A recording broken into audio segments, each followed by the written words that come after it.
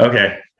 Hey, everybody, welcome to episode 19 of One Bottle Each. Thanks for tuning in. My guest today is Greg Morthole. He's a winemaker for Rodney Strong and Davis Bynum Wines. He's been there since 2005, makes their single vineyard, reserve wines, and makes all the Davis Bynum wines. Greg, how are you? I'm doing great, Dave. It's good to see you again. Good to see you, too. So Davis Bynum, he was a California wine legend, an innovator, mentor to you. How closely do you think about that when you're making the wine, and how much weight does that carry with you when you're making choices and decisions on these wines?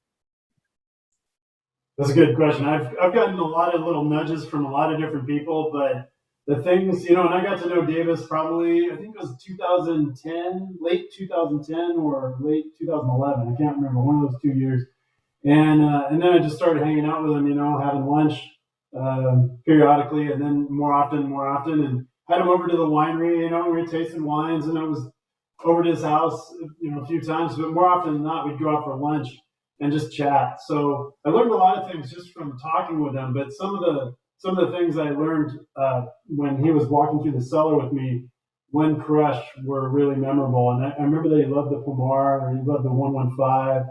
And, maybe those were kind of fleeting things. Those were his thoughts right then and there. But I could kind of see what he liked in the wines. And I grew to appreciate that he likes, at the time, I was making kind of a richer, riper style.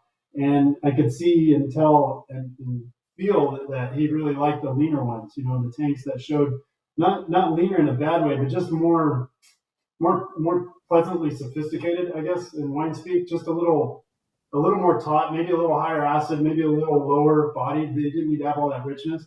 And so I guess when I'm blending wines, I do think of Davis, and he and maybe somewhat my own palate has shifted too, but he's pulled me into making wines nowadays into that direction, just a little more, less bombastic, maybe, less reaching for just richness and fullness. And, I think there's plenty of that in the wines already. Maybe it had it in spades, but I now make wines that actually dial back a little bit more.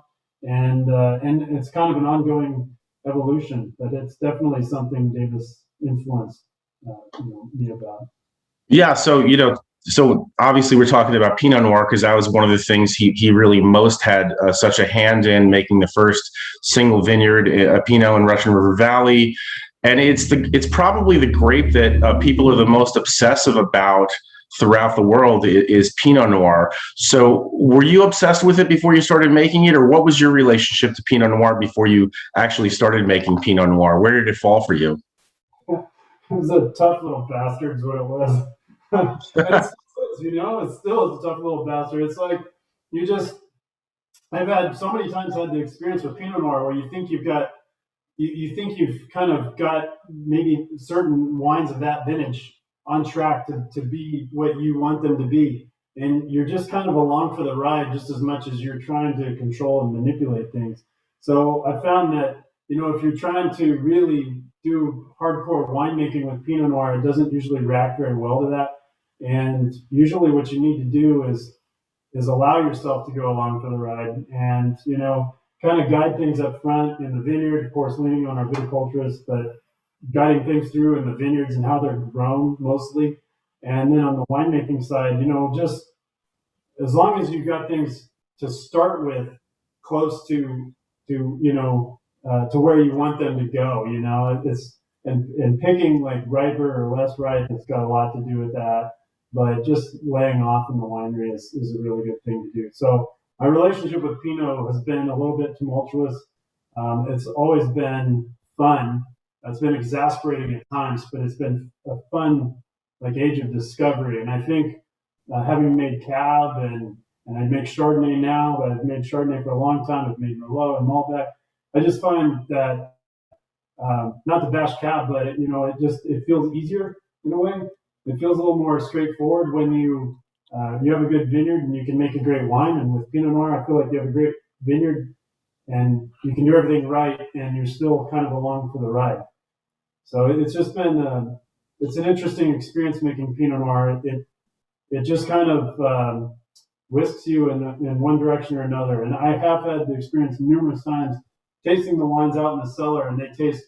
I mean, I don't know if it's a fruit day or what, but they tasted fruity and nice and balanced and everything. And go out to that exact same barrel maybe a week later, maybe with another party of people, or it depends on what I was doing, but the exact same barrel, and having the experience of having the wine kind of aromatically be like root beer and earthy and truffly, and all those things are really nice too. But it's not what you just experienced a week prior, 2 weeks prior. So it's kind of a weird deal, So it sounds really like you've become the quintessential Pinot winemaker, like the rest of them, and where Pinot's the one that keeps you up at night. Yes, yes. In fact, so numerous times throughout the year, my brain turns on at 2 in the morning, and I can't go back to sleep for like an hour or maybe two. At Crush, it happens quite a bit, even though I'm pretty tired. I'll wake up kind of early in the morning and be thinking about the Pinots and the Chards, and they will keep me up, especially the Pinots. And what you want to do when you're thinking about the next grapes that you might be getting that day, hours away, things that you might have forgotten to tell the guys that you want to do, and things like that. But yeah, Pinot really can make you chase your tail, and it can just always be stirring in the back of your mind. So talking about things that might keep you up at night, obviously the last number of years have been pretty challenging out in California with fires almost every year. How have those affected the Bynum wines, if they have? Yeah, well, in 2017 was really the first year that people were just talking about this the other day. Then locally, we woke up to the fact that California does have a fire cycle, and it's just something that we live with, but we hadn't for a long time. And then in 2017 we did in a big way, and then 2018 we had smoke kind of blow in. I don't think the fires were super local, but it kind of came in. 2019 and then 2020, of course. So for 4 years, and it's not to under or overstate it, it has affected us. I think more well, as much as anything, it's affected me and everybody out here just kind of on a personal level. I mean, it's just it goes into your core, and you can kind of internalize it too much, but you can get a little angry and a little I don't know. You just kind of get done with it pretty fast, especially when it's so many years running. But of course, that won't always happen, and it doesn't. It didn't for a long time. I mean, the start of my career all the way up to 2017 was virtually fire and smoke free. There's little stuff here and there, but not the bigger ones that we've had more recently. So, so personally aside, if just you still come into work and you still get things done. The fires and how they affect the wines is basically we might choose to not make a wine a certain year. And this last year, for instance, we wouldn't even pick the grapes. So there's consequences to that with our growers, but we have to be able to pick solid grapes to make the wines. So and then on the other side, on the winemaking side, sometimes you can do blending. I mean, if things are very slight, or maybe you don't even sense it, but still through blending, you can make better wines. And you might choose to make a fruitier wine based on like your yeast selection, things like that. So there's things that we do and that we've learned to do, and there's still a lot to discover as far as mitigating effects of the fires. But I mean, rest assured, we're not going to pick grapes for Davis Bynum wines if we don't need to. If they're beyond repair, we're not going to do it. Of course, yeah. Well, let's hope that something, like you said, it didn't happen for a long time. Let's hope we go through another period of it not happening for a really long time. So you chose the Davis Bynum 2018 Russian River Valley Pinot Noir for us to taste. So tell me a bit about this wine and this vintage, and what made you select this particular one amongst the ones that you make. Yeah, I chose this one. This one's kind of coming up. The 2017, I believe, is still our current vintage out in the market. So this one, we're just at the leading edge. I can't remember when we'll transition into this vintage. It's probably just in a number of months away.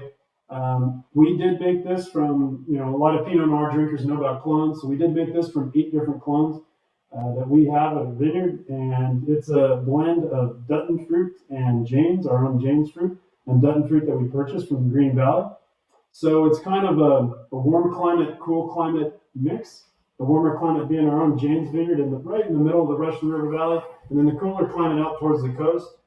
And it's it's a blend, I guess, in both respects. You got these two different vineyards, two different climates, and then you've got these 8 different clones. And so you've got wines, different lots that were put into the blend that were more red fruit and some were darker fruit. To me today, I mean, what I'm getting is more on the this kind of savory potpourri is kind of coming out at me, a little bit of cola and the oak. There's just some baking spice or like a little cinnamon going back to potpourri. So that's speaking to me stronger.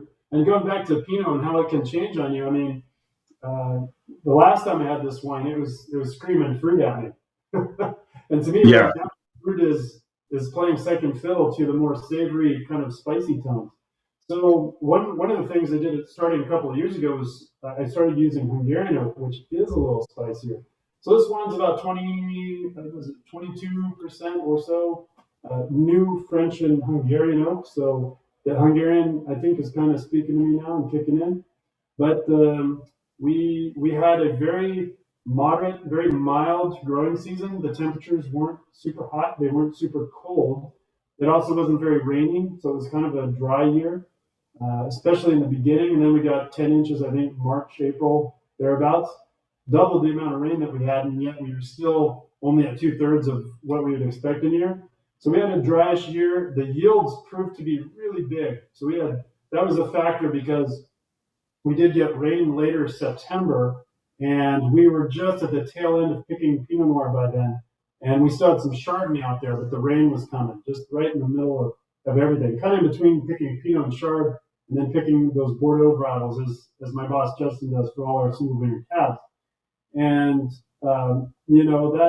that can cause some problems out in the vineyards if that water doesn't dry out. So that was an event that happened, and like I say, at the tail end of picking Pinot Noir, it made me hurry up and finish the picks. But we did pick fairly ripe still, even though the yields were larger, and we did wait a little extra time for them to ripen up. So this is one of those wines that is still in this transition phase for me, kind of pulling back, pulling back, pulling back. So this is kind of in the early couple of years of me just dialing it back and back and back. And what I mean is just picking generally a little bit earlier with a little higher natural acid and a little lower alcohol. I think this is about 14.3. In the past, I've made Pinots that were 14.5 and north of there. So it just going back to Davis and what Davis liked in his wines and what I am now is in my late 40s. I'm tuning into is I kind of like those that elegant style, and so I'm ever so slightly pulling in that direction. It's a very elegant Pinot Noir for a young wine. It's got a gentleness to it on the palate, but the finish is extraordinary on this wine. It really just seems to go on forever. Yeah, I love that. And honestly, as a winemaker, I don't know how you get that. You do everything else, but like the length of the finish, it just seems like it's always a roll of the dice. You do everything else right and you hope for that. That's the way I take it in winemaking. I honestly don't know how to do winemaking to get a long finish. You just make a complex, interesting. You make the best wine and you hope for that. So I love that attribute in a wine as well. Yeah, me too. And like you said, it's got the savories going on, and it's got fruit, of course, but it's not the fruit doesn't hit you in the face at all. It's just there. It's, like I said, I go back to it's a gentle wine in the best way possible. Yeah, it's kind of it makes me think of like an old library, with old leather-bound books and that kind of thing. There's just kind of that leathery, earthy little potpourri thing, and then the fruit for me is kind of plummy, I guess I'd say. Maybe a little apple peel, like a spiced apple peel, like if you strained it out of cider, and that kind of thing in the background. But yeah, there's a smoothness for me on the palate. There's still a little bite on the tannins. I think it's got some years where it could just mellow out even further. But I like where it is, and I like the fact that it's not released yet. Actually, I would love to see this wine in people's hands, in another 6 months, say, and then from there, even for another few years. So. Yeah, when will this actually hit the market? I don't know exact dates, but I think it must be in a couple of months. Okay, so over the summer, I guess. Yeah, what you said though, yeah, definitely red fruit, red plum, like you said, the red apple peel, really, really nice. Yeah, thank you. So then I picked, also 2018 from your wines, a single clone wine, 115, and this is all from Jane's Vineyard. And I picked this wine because I've had a chance to have some of your single clone wines before, and when I've had other single clone Pinots from other producers, there's something about 115 that just always kind of speaks to me. And so I just thought that would be interesting, and I thought the 18 would be great because we were tasting, an 18 of the Russian River Valley Cuvée, so it just made all the sense in the world to me. Yeah, we made about 100 cases of this, and I guess one of the reasons I chose the Russian River appellation wine was that it is a little more accessible. There's some thousands of cases, and it'll be out in the market, and so people who are watching the podcast will be able to go find that one. And this one for sure, they'll be able to go find, but it's probably best off the website. 100 cases, you may not run into it if you're really looking for it out there. But 115, Gabe, has always been one of my favorites too. I'm right with you. It's a very popular clone. You can find it in many people's Pinot Noirs up in Oregon, up and down the coast of California. And for good reason. And were I planting another 20-acre block of Pinot Noir, I would include 115 as part of it anyway, because it just always has this really beautiful. Usually there's always this range, but usually it has this beautiful reddish fruit and a little bit of kind of a floral tone sometimes, which I get more in the mouth rather than the aromatically for me.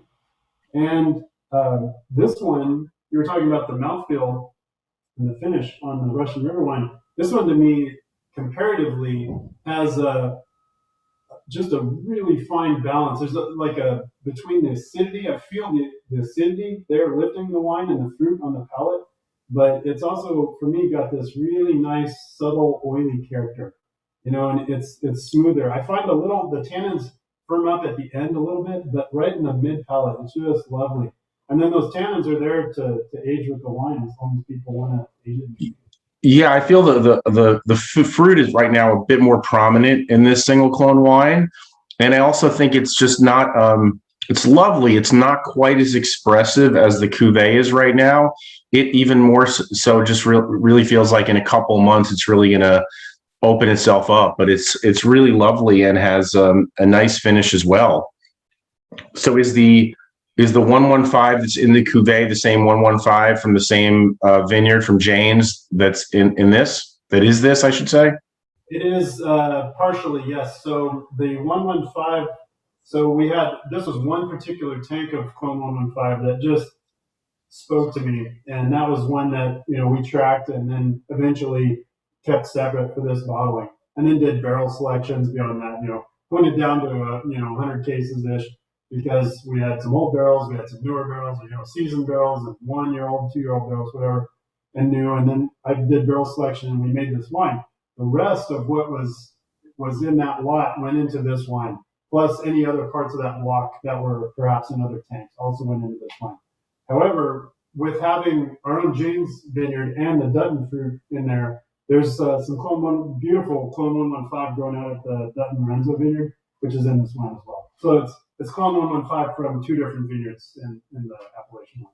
I see. So, obviously the appellation wine is, what you guys put your foot forward in the marketplace, as you said, and the single clone wine is a tiny production. Is there a difference in the pressure of making the wine when it comes to making, such a singular wine versus having to make the cuvee that, hits the marketplace? How does that differ for you? Yeah, there's a little bit of pressure there. I mean, the price went up a little bit, that's for sure. But that aside, you just kind of feel like, okay, yeah, I know we're gonna select out of all the clones and all the tanks we have, and we have some pungent fermentation. We're gonna select a little bit out for a couple of little bottlings here. And generally, we're going back to the same clones. I mean, I've kind of hung on to doing Pomar more recently. I'd like to go back to doing more and more Pomar. I don't think we didn't actually this vintage, but I'd like to do more Pomar just because it's so different than the Dijon clones. It shows so leathery and earthy and holds on to its oak quite a bit. I feel like you have to pick it a little earlier to have its best expression, not keep it on the skins for too long. But then having a Dijon clone to pair that with, doing side by side, as we normally do 2 clone lines every year, is also kind of fun. And I think 115 just is a perennial favorite for me, and 667 is another one. I don't know if you've had that clone before, but it's just I have, yeah. it's always been a favorite and one that we'll want to keep looking at. So, you talked about how, the influence of Davis, brought you to making, perhaps a little leaner, slightly lighter style wines, made you appreciate those more. And that's kind of where your head's at these days. So is there something, what do you feel you've brought to making the Davis Bynum wines that has nothing to do with Davis's influence, but is just, you? Well, I think that I have more of an appreciation, more of an affection for some of the more tannic Pinot clones, and I do like the Clone 2A. It's one of those. It's called Wadensville. It's one of those Swiss clones. It's actually there's some Wadensville in the Appellation wine. I can't remember percentages. It might be 10, 12, 15%, something like that. And the Clone 23. So I I don't remember. I remember Davis loving the Pomar and the Dijons. I don't remember his take on the Swiss clones, but I don't think he really liked such a bite on the tannins. I think he liked the mouthfeel to be a little more refined. And you might think that goes along with being a little more of a sophisticated wine, a little more elegant style of wine. And you wouldn't want a bombastic, chunky mess of tannins right at the end. And I don't want that either in my wines, but I handle a little bit of it, I think more than Davis. So that might be a little bit of an offshoot, but other than that, I'm not sure if he ever used Hungarian oak. It wouldn't surprise me. He tried a lot of things. I know that he was playing music to his vines at one point in time. Yeah. Just to see what would happen. He experimented quite a bit, and some of the stuff he did was pretty out there, but more power to him. So I would have to credit Davis a lot for pulling me in that direction. I feel like my own palate just kind of was coming around that way as well, and everything that goes with it is just picking earlier, a little lower alcohol, a little higher acid, just all those things that I enjoy in the wine. I don't know. I feel like I was coming around to that a bit on my own, but Davis certainly tuned me into his appreciation for that as well. Just Yeah, the Hungarian oak maybe is a little spicier, but in the end, I don't know that we're really doing a whole lot different than what Davis was doing a long time ago. I mean, old is new and new is old again. It just kind of cycles on and on. We have a destemmer, an optical sorter. The destemmer shakes the berries off rather than the old way things were destemmed. So it's a modern tool, but he didn't have that option way back when. And then the sure. optical sorter that we have is totally high tech new stuff where it's using little blasts of air to pop the leaves and all the mog out from the berries, So, but that's different, I guess. So he didn't have that. How long did it take you to get used to using the optical sorter? Because I know with some winemakers, it took them a couple of vintages to really dial into it.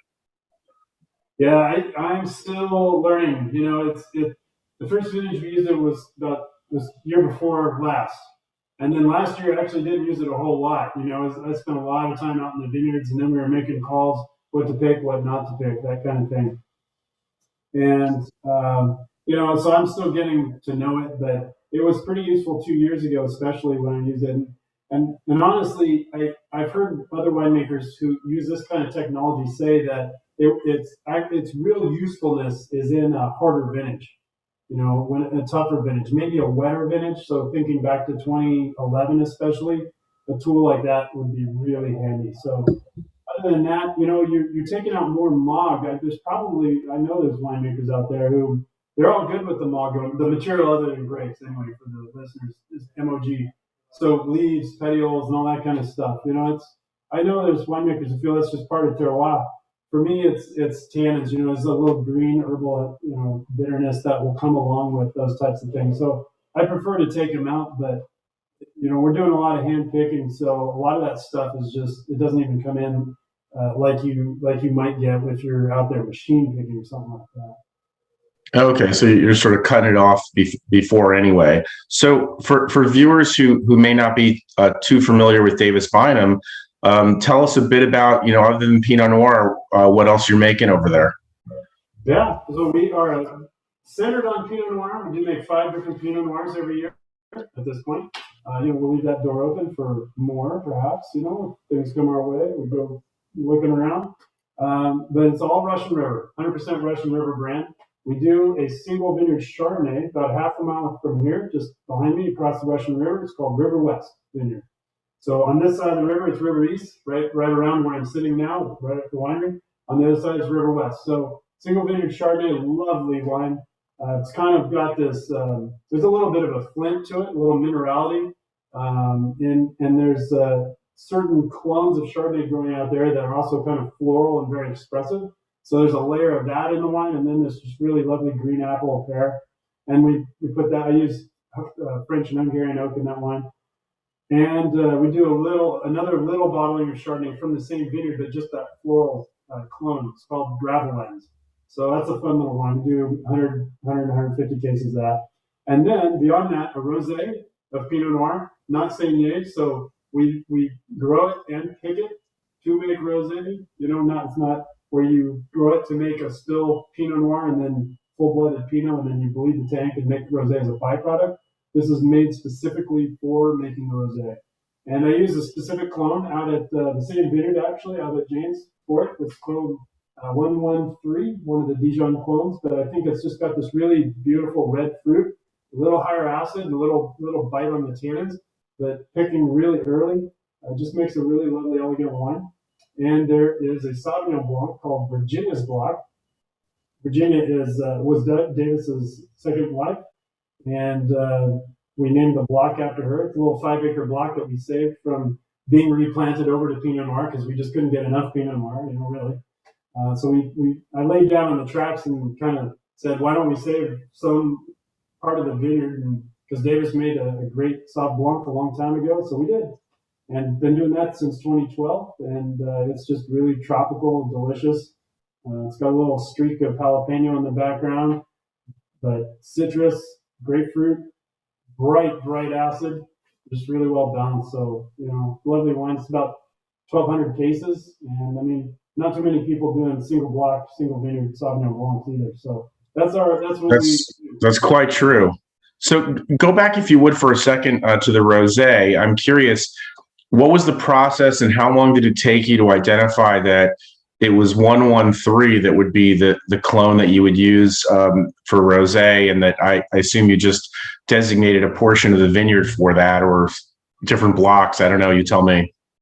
Yeah, there is a 5-acre block of clone 113 out there, and so we take the whole block and grow it for rosé, which means that we basically will allow a little more fruit to hang on the vine, almost like like the Chardonnay vines might grow a little higher tonnage, and that kind of slows down the ripening a little bit. Kind of keeps. I mean, you're the way I see it, the fruit is hanging and hanging and hanging. You got a little extra fruit. So let's say instead of like 2.5 tons per acre, you might have 4 tons per acre. And so that slows things down. The acids are going to stay high. I mean, as long as it's a relatively normal year. If you get a really hot year, the acid might drop out a little bit. But generally, that'll hang on to its acid. And then you go out and hand pick it, usually, August 12th, 13th, 14th, somewhere really early. The bricks usually about 21 or so, 20. And the alcohols come out right around 12%. But yeah, it goes right into the press. We give it a couple of hours of skin contact, which just seems to gain a little extra flavor. You do get a little bit of color from that process too, but you get a little bit extra, I think, aromatic intensity out of it. And then it's pressed. So it's whole cluster, it's picked, hand-picked, the whole clusters go in, skin contact, and then you let the presses go.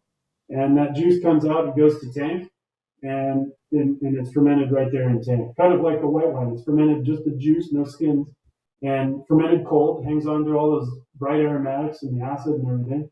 And we temperature, it's a temperature thing. We keep it kind of chilled so the fermentation is progressing pretty slowly.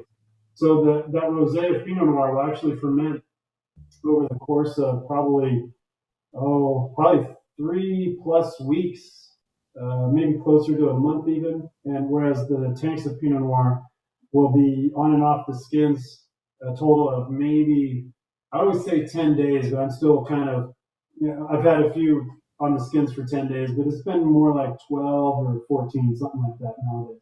So at half the time, the still white Pinots or the full blooded Pinots will be on the skins half the time that the rosé is fermenting. Yeah. Thank you. I have to say, going back, I'm drinking this 115, and even in the couple of minutes since I had last sipped it, it's like really opened up and become so much more expressive than it was. And it's, leaning a bit more towards darker fruit than the Appalachian wine. Maybe a bit of black cherry in there. Ooh. Yeah, I love how wine changes on you, just as you're sitting there. Well, it's why we're all obsessed, right? Because you could sit there over a meal, open a bottle of wine, and it's like several experiences throughout your evening. Yeah, there's kind of like a little foresty note in the background for me now. I agree about the black cherry, and as you said up front, it was kind of fruitier than the Russian River Appalachian wine, right at first, and now this foresty character is kind of coming out a little bit. Yeah. It's just, it's got so many different elements to it. There's just so many layers to it, and maybe that's why going back to the wine, the same barrels 1 week to the next, you just find another layer to it. It's just a different layers hitting you in the face that day, and then a different layer the next time. The Pinot's an interesting animal like that. It really is. That's why everybody, or not everybody, but that's why many people are obsessed with it. Well, Greg, I want to thank you so much for doing this. I really appreciate it. Thanks for your time. Thanks for sharing these wines. And I look forward to hopefully getting out there, or you'd be out here and we can clink these in person. Yeah, that sounds great, Gabe. Thank you for having me on your show, on the podcast, that is. And, hope you can come out, and anybody else who'd like to come visit us, everything's opening back up, and we have a new tasting room actually too. So it'll be a lot of fun to see you and everybody else out here.